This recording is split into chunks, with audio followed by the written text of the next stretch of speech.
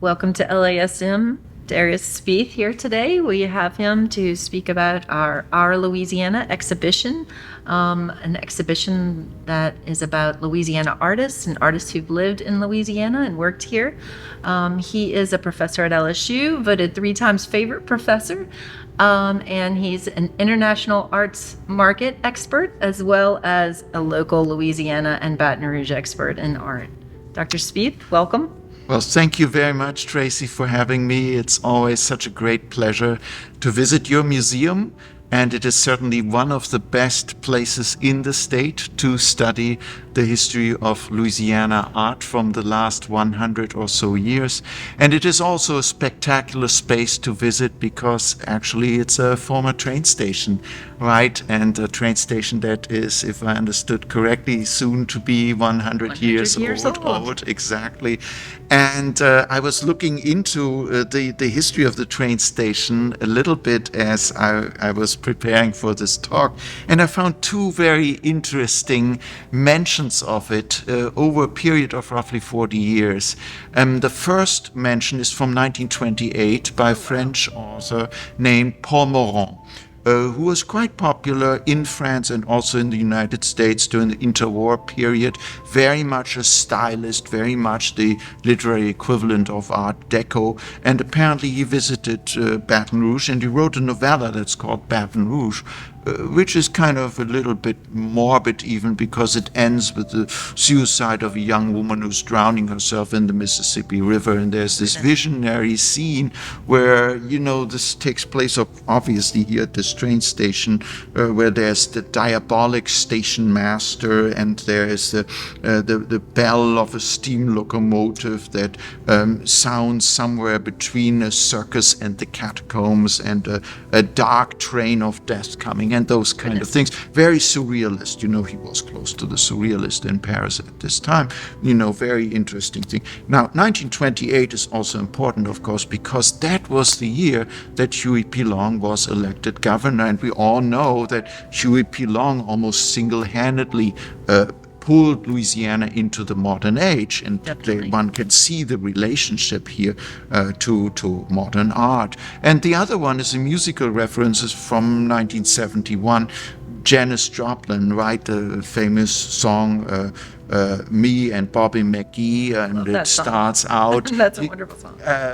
Yes, right. One of my favorites. One of mine too, busted flat in Baton Rouge, waiting for the train, right?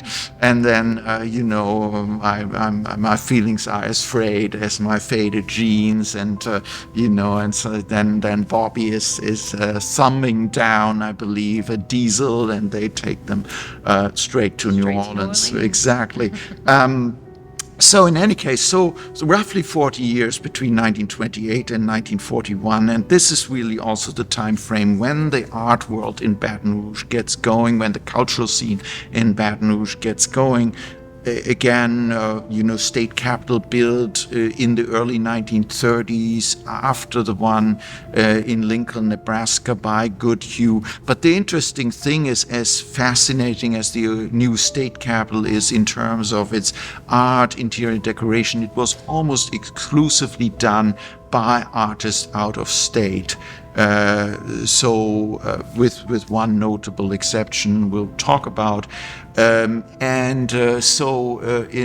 any case, so that means that, one has to really look elsewhere. Loreto Taft, as great as he was an artist from Illinois. He was responsible for a lot of the sculptures. So therefore, where to look for the beginnings here, and I think the LSU School of Art, the beginnings of the LSU School of Art play a very important role, and the LSU School of Art really takes off in the late 1920s, again the same period, with Conrado Albrizio, Caroline Duryea, and people like that being amongst the first professors there.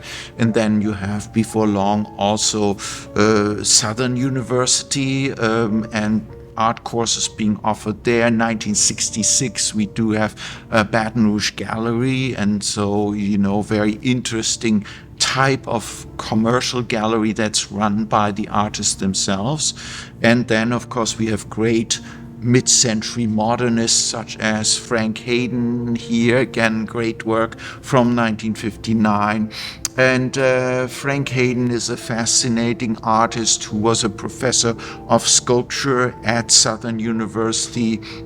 The first sculptor, to my knowledge, to do busts of Martin Luther King. He is an artist of the civil rights movement. He was born and grew up in Memphis, Tennessee, then came to Louisiana for his undergraduate education, went to Notre Dame University for his graduate study, where he studied under Ivan Mestrovich. And Ivan Mestrovich was an older artist. He came from Croatia, very much grounded in the academic tradition, and also an artist with very strong ties to Louisiana. So there's a great many sculptures just outside of this building. There's more works here at the museum. There is works in churches in Baton Rouge by Ivan Mestrovich, and Ivan Mestrovich really became the mentor of the young Frank Hayden.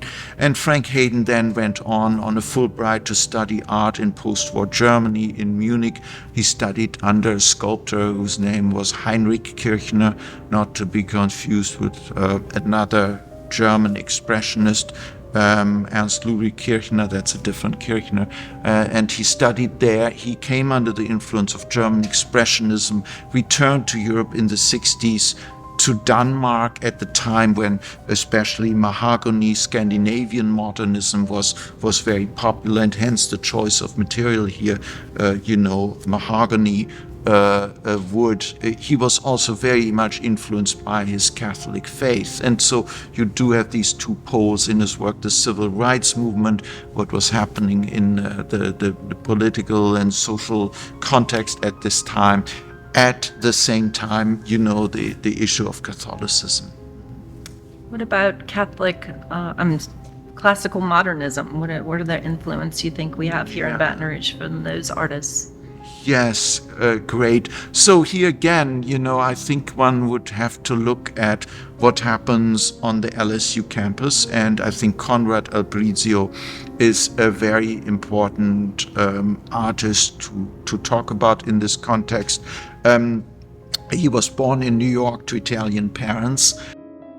He, I believe, came down here for the very first time about 1919, returned to the East Coast, traveled in Europe, studied in Paris, studied in Rome, and then came back. And in 1932, he got the commission to paint murals for the annex of the new state capital. Unfortunately, this was the reception area for the governor, again, going back to Huey P. Long, of course. Unfortunately, these frescoes have been destroyed. They're no longer there today.